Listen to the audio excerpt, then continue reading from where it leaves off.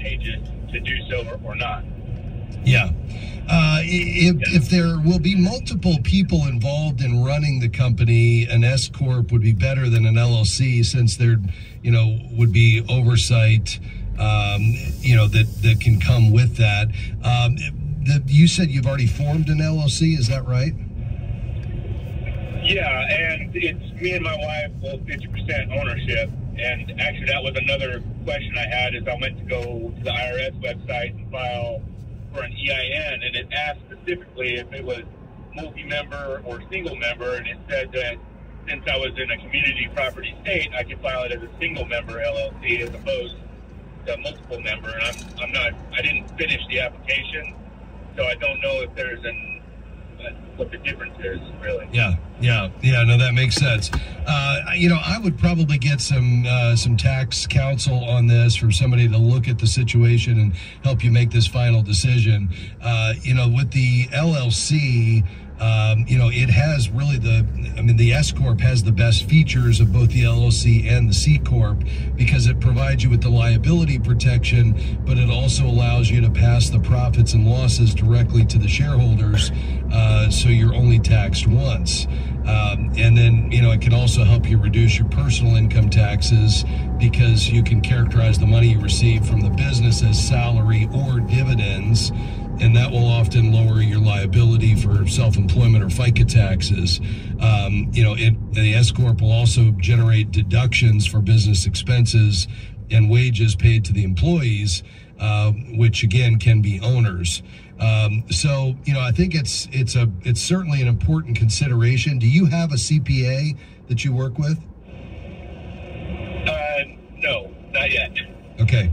Yeah, I think that's your next step, is to get some legal counsel, to help you evaluate this and determine what would be your best structure. You also, may want to get an attorney involved as well. Did you file the LLC yourself, or did you have an attorney help you put that together? Well, I used a Texas attorney that I found online, so I don't have a personal relationship with them, but it was an attorney office. Got it. Okay. Yeah. An LLC is great in the sense that, it's a flow through for tax purposes. So you don't pay the corporate income taxes, and the company's profits and losses or deductions are passed through to the members of the LLC. So that avoids that double taxation that can happen. And you, of course, have to file the articles of organization with the state. Sounds like you've already done that. So it's a lot simpler to set up than a corporation, but it has to be dissolved if a member dies, or and that's unlike a corporation that could theoretically last indefinitely. And then obviously if you ever decide to take it public, then that's a problem, but you're probably not with a small business. But I think the S Corp does have some advantages with it as well, and so I would probably establish a relationship with both a local attorney as well as a CPA who can help you kind of look at your overall situation and talk through the pros and cons on this before you make that final decision. Is that helpful? All right, Scott, looks like we lost you there. But listen, all the best to you in this new business. We appreciate your call today, and may the Lord bless you, sir. Call back anytime. 800-525-7000 is the number to call. We've got a couple of lines open. Let's go to Evelyn in North Carolina. Hi there. Hi, Rob, and thank you so much for your advice, because we have listened to you for about a year now and have been blessed. Thank you. Your wise counsel led us to getting I-bonds, and they matured this month. And so we understand that if we withdraw them before 12 months, then we pay a 3 months of interest penalty.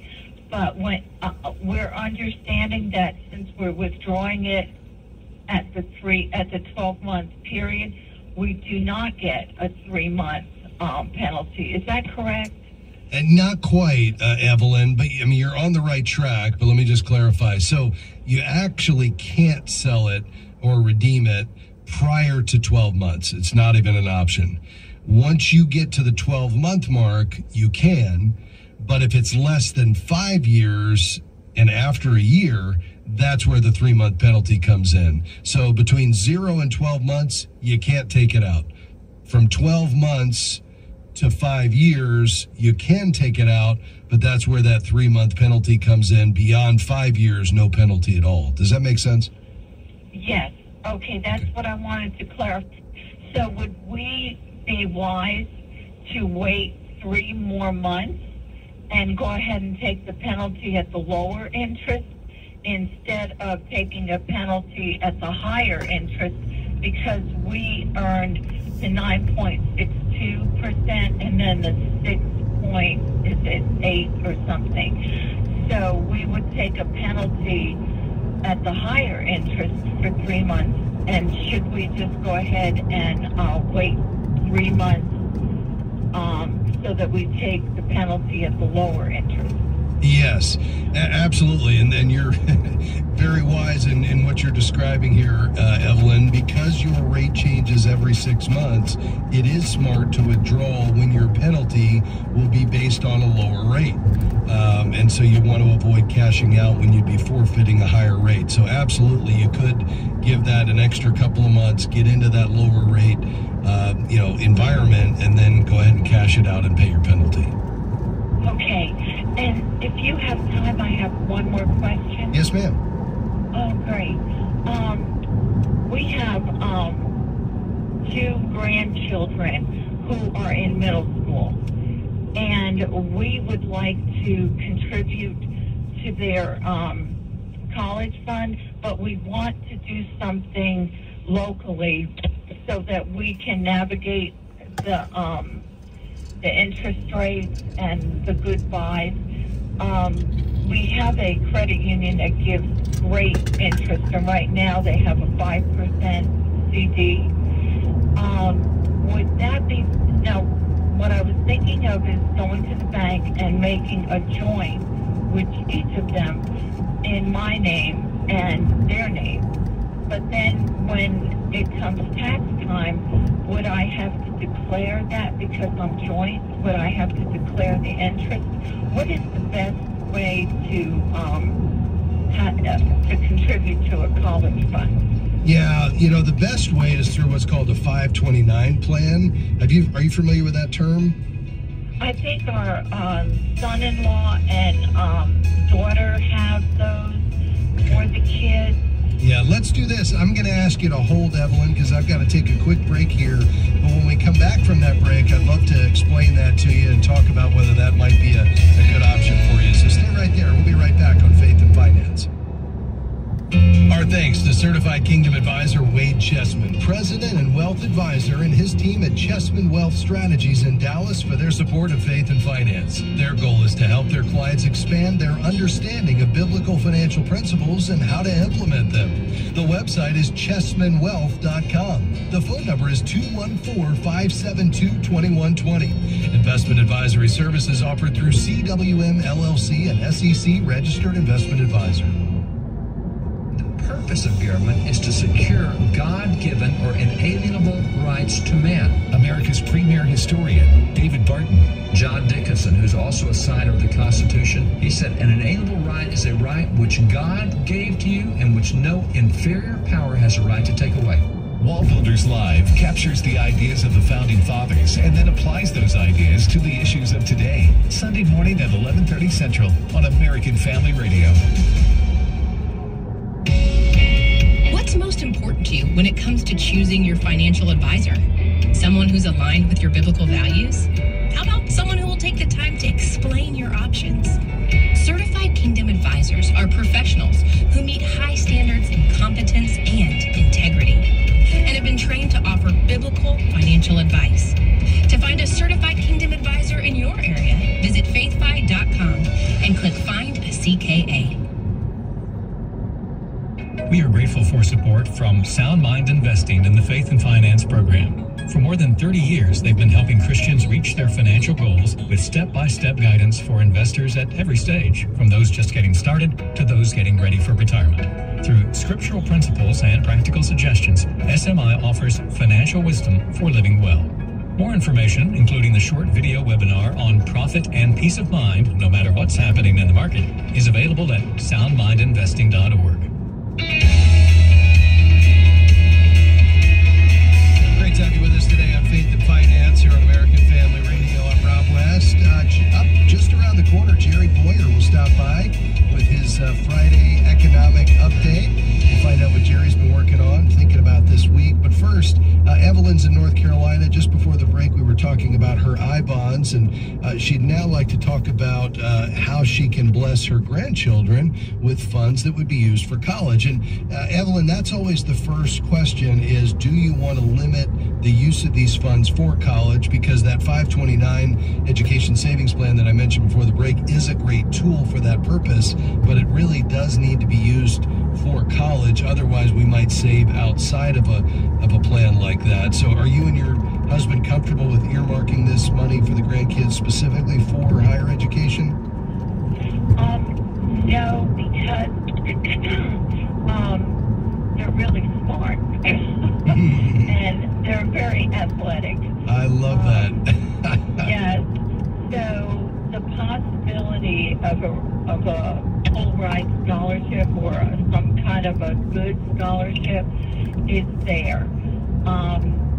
And also, an athletic scholarship. Yeah. Prayerfully, if God wills it, those things are in the future for them. And that's why we kind of hesitate to earmark it where it absolutely has to be used for the college. Yeah. So, could you advise us with that information? I'd be happy to. Yeah, so there is one provision in the 529 that does allow you to pull the money out on a pro rata basis based on any scholarships, grants, or awards that they get. So if that were to be the case, you'd be able to get the money back out. Now, if they just decided not to go to college, then, you would have a penalty on that money. But you would be able to get it out for scholarships. So that is one consideration. Now, the second is, would you like to invest it in stocks and bonds, mainly stocks while they're younger, and then more toward the bond type investment as they get closer to college? Or you had mentioned CDs, which is more of there's nothing without risk, but there's certainly far less risk in a CD than a portfolio that has the potential to lose value. So which would line up better with what you're looking to do? There's a greater potential reward in a stock and bond portfolio, but with that comes increased risk.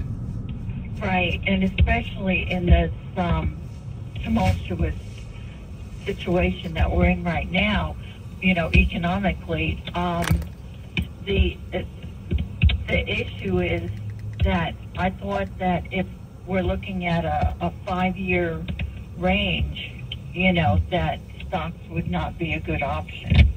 Yeah, how far away are they from college? How old are they? They're in 7th and 8th grade. Mary Grace is in 7th grade, and Josh is in 6th. Yeah, but there's just no way to know. I mean, obviously you're 5 and 6 years away, and we're expected to hit a recession at some point next year. Could the market be somewhat flat over the next 5 years? It's possible. Could it be lower? Yeah.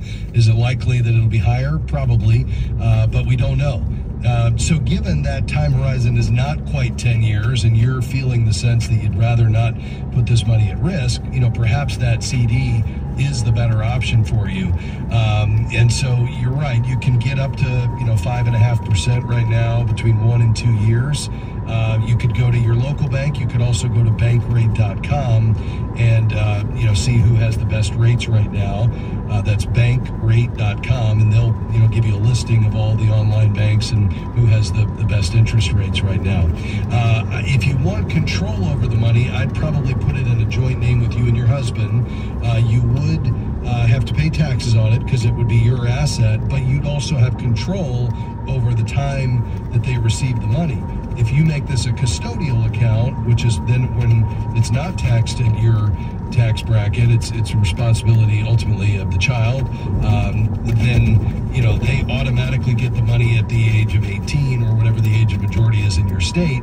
And, you know, depending on their level of spiritual and financial maturity, you may or may not want them to have all that money at 18. And that's where keeping it outside of a custodial account would ensure that you get to choose when they get the money. Does that make sense? Yes, very much Okay. so. Thank you so much. All right, Evelyn. You sound like a wonderful grandmother. We appreciate you calling today, and thanks for being on the program.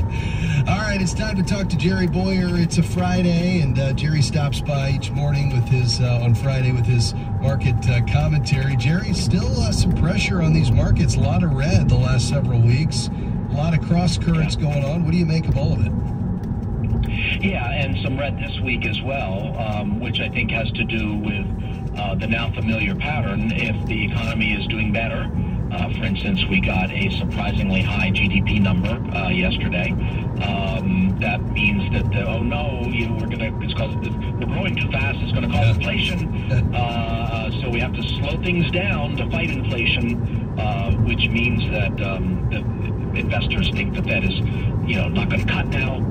They thought that the Fed was going to cut. Now there's basically acting like there's no probability of that.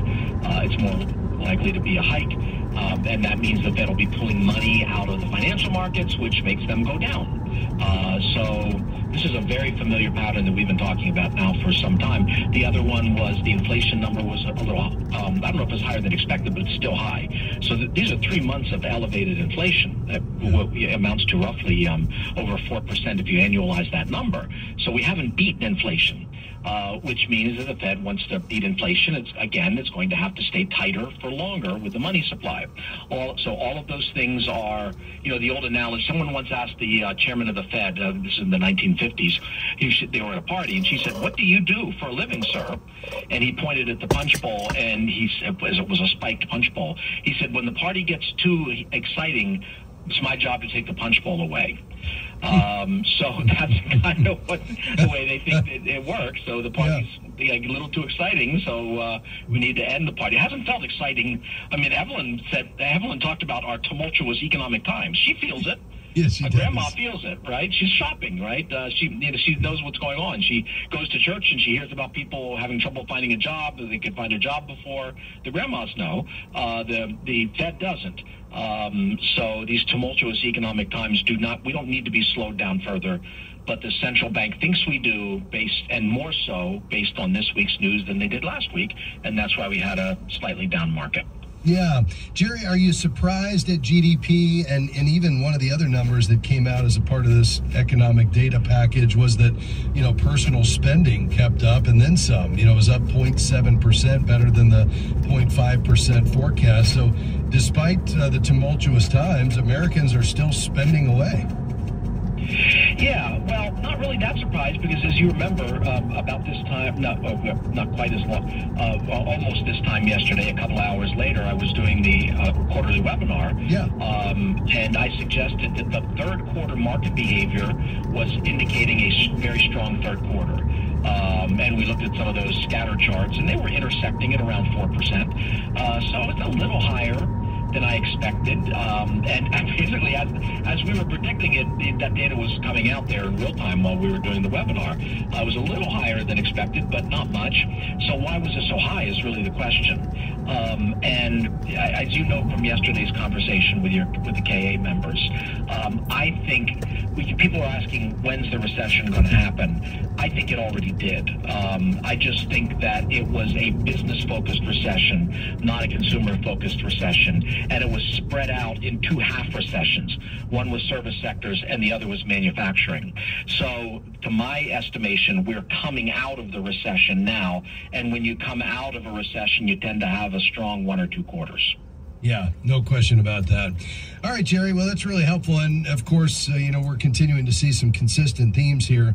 Any updates on the corporate engagement front? I know you're continuing to work there.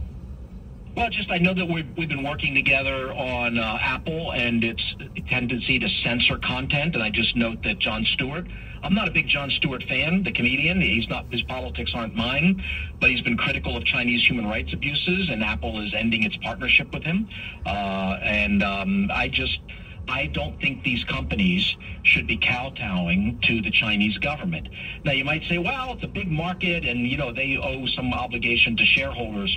I think that the Chinese government is not a reliable partner.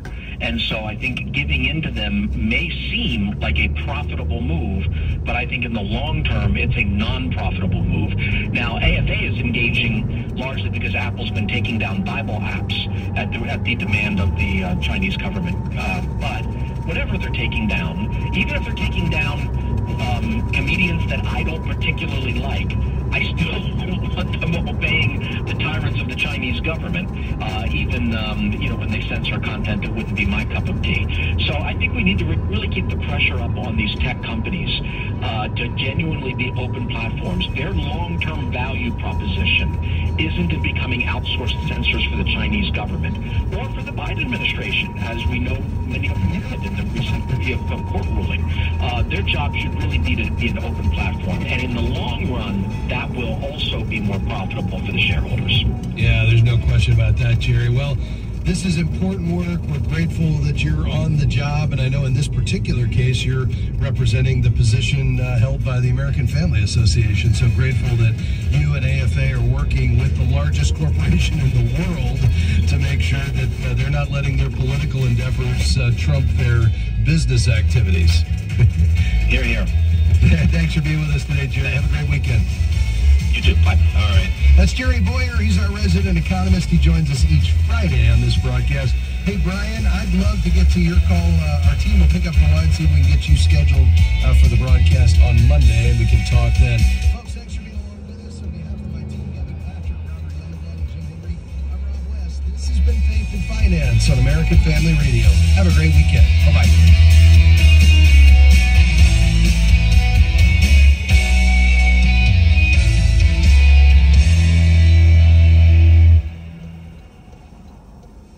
The views and opinions expressed in this broadcast may not necessarily reflect those of the American Family Association or American Family Radio.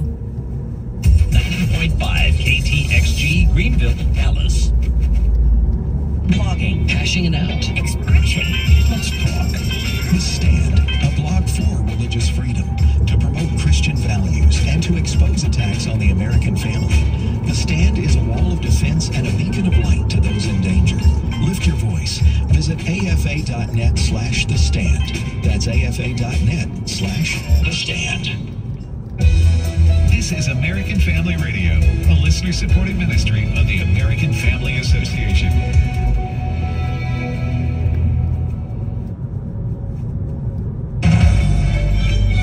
This is American Family News. I'm Steve Jordahl. The manhunt for the suspect believed responsible for killing 18 people is extending off land and into the water, as fears mount he could be on a boat.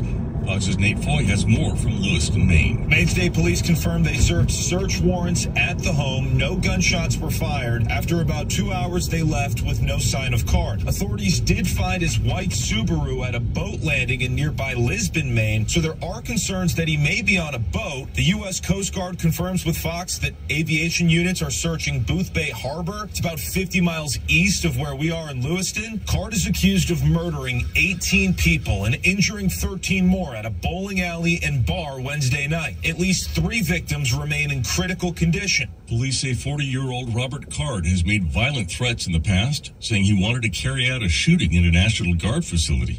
He's an Army reservist and firearms instructor, and police are warning he should be considered armed and dangerous.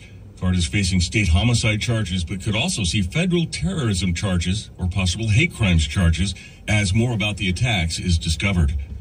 Tension is growing in the Middle East as Israel prepares for its full-on ground invasion into Gaza, and the United States launched airstrikes in Syria against Iran-linked targets.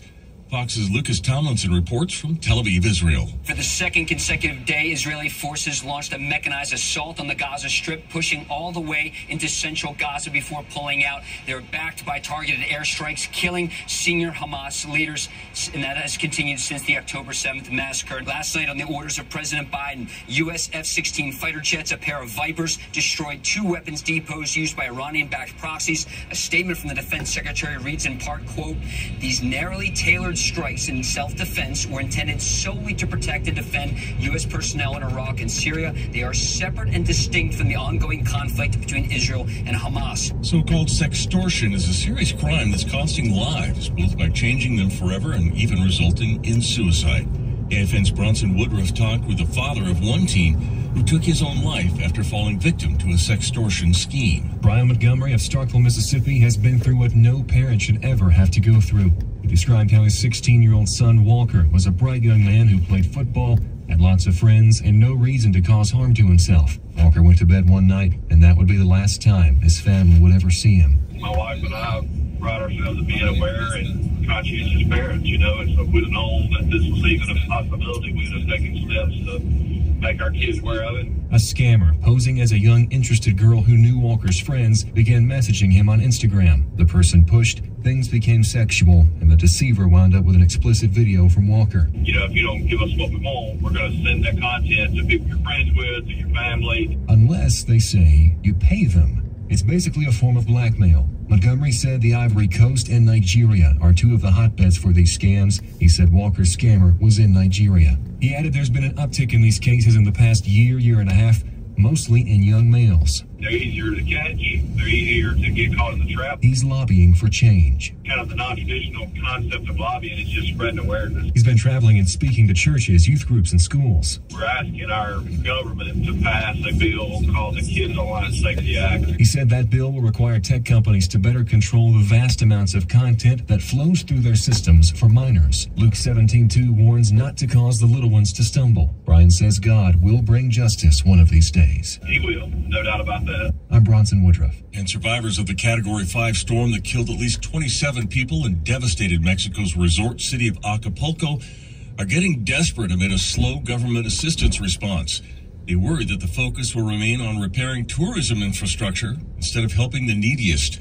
The coastal city of about 1 million, once known for its beachside glamour, was still in a state of complete chaos by the end of Thursday.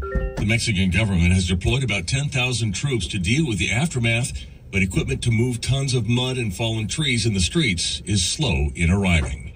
More news and information at afn.net. For American Family News, I'm Steve Jordan. What we believe about the Bible is based on what we believe about its source. The God Who Speaks, the award-winning documentary from the American Family Association, is now available in a special limited edition DVD set. This release includes a Sunday school curriculum and 2 hours of additional footage. Go to thegodwhospeaks.org to get your copy today.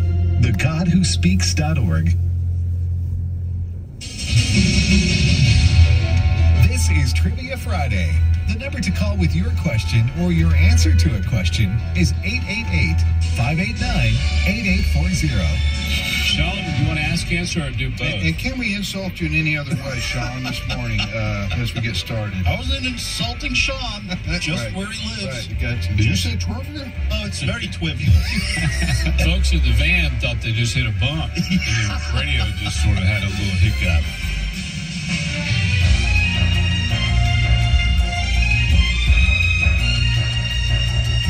Good morning, everybody, and welcome to Trivia Friday on American Family Radio. Thanks for listening to AFR on this October the 27th, 2023. Joining me in studio is Ed Vitagliano. Good morning,